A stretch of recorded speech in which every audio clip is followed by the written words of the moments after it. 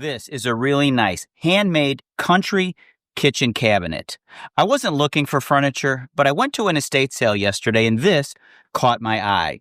This was made by the man who owned the home. He was a woodworker. Now, I'm not looking for furniture. I don't need furniture. I don't even have the space for furniture. But this one really caught my attention. It looks really nice and it had a price of $47 on it.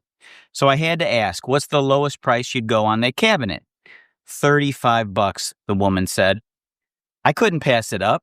Now, this is in great shape. There's nothing physically wrong with it. It just has a lot of grease and grime and food splatters because it was in the kitchen and it sat there for probably many years. So I'm going to show you today how to take a good cabinet and make a great cabinet. I'm going to make this look like it did the day that the man finished building it. I found her in a dusty old room.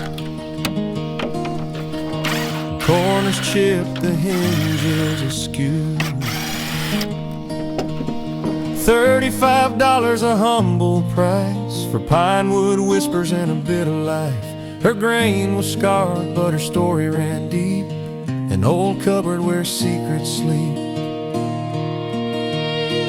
Oh, the pine wood treasure, rough but true. With a little love, she'd shine like new. She holds the years in her wooden frame. A bargain of beauty, she'll never be the same. I have 120 grit sandpaper and I need to sand this whole thing again by hand in the direction of the grain, especially where the orbital and mouse sanders couldn't reach, like here on the crown molding, which, by the way, did need a lot of attention. I don't like seeing nail heads, so I pound them in with a nail set. Then I fill the holes and sand them smooth. I then turn my attention to the 4 doors, which I labeled each one where it came from.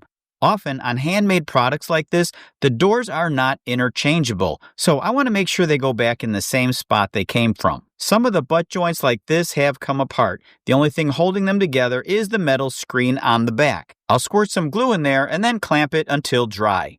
I even shoot a pin nail diagonally in there to hold it in place. So I sanded down the cupboard. I got rid of all the dirt, the grease, the grime, even some surface scratches. I didn't do a 100% complete sanding job on this. You don't really need to. In fact, I don't want to. This is not going to be a showroom piece of furniture. I want to retain the authenticity. This was made by a skilled craftsman, and I want to leave some of that handmade look and some of those features. Now I'm going to finish this with an oil-based golden oak stain, which is going to bring out that rich color of the pine. There's something about it, a whisper, stories untold. Oh, the cupboard's got a tale, I can feel it inside, through the cracks and the dents, where secrets might hide. With a little bit of love and some tender repair, it'll shine like it once did, standing proud somewhere. The cupboard looks great, but it still needs a protective finish.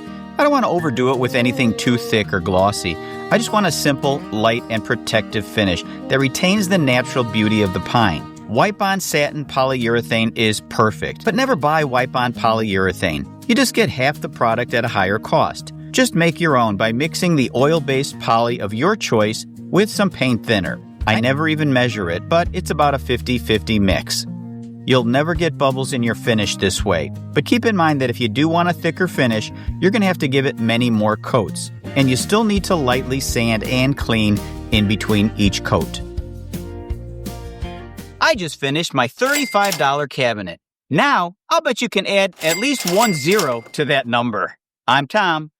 This is Allie Picked, and thanks for watching. Was it in a farmhouse with jars on its shelves, or in a parlor holding books and old bells? I'll never know its full story, but that's just fine, 'cause now it's part of this life of mine.